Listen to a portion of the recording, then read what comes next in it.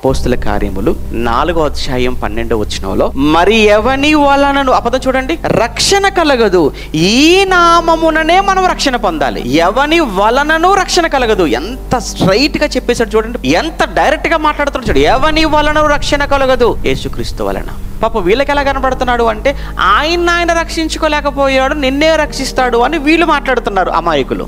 ఆయన నిన్ను రక్షించడానికి ఆయన అక్కడికి ఎక్కడన్న సంగతి నీకు అర్థం కావట్లేదు. ఆయన నిన్ను రక్షించడానికి సిలువను ఎక్కవలసి వచ్చింది, నీకు రక్షణనివ్వటానికి ఆయన చనిపోవలసి వచ్చింది. అలాంటి సిలువలోనే చూస్తున్నావు. తెల్లవారి 3వ రోజును చూడట్లేదు నువ్వు, అంతవరకు చూసి ఆగిపోయావు. తర్వాత చూడు, 3వ రోజుకి సమాధి ముందు సమాధిని మూసివేసిన ఆ రాయిని దొర్లించుకొని ఆ మహనీయుడు, ఆ మహానుభావుడు ఎలా బయటకు వచ్చాడో, ఎలా 40 రోజులు అందరికీ తను ప్రత్యక్షపరుచుకున్నాడో, అందరూ చూస్తుండగా ఎలా మేఘము పైన పరలోకానికి ఎలా కొనిపోబడ్డాడో, అది చూడవెందుకు? దాని గురించి మాట్లాడట్లేదు ఎందుకు? ఏదో ఒక నిస్సహాయుడుగా, ఒక అభాగ్యుడుగా, చేతకాని వాడుగా, బలహీనుడుగా ఆ సిలువలో కనబడుతున్నాడు అని అది చూపిస్తున్నావు తప్ప, ఆ తర్వాత ఎందుకయ్యా వదిలేసావు?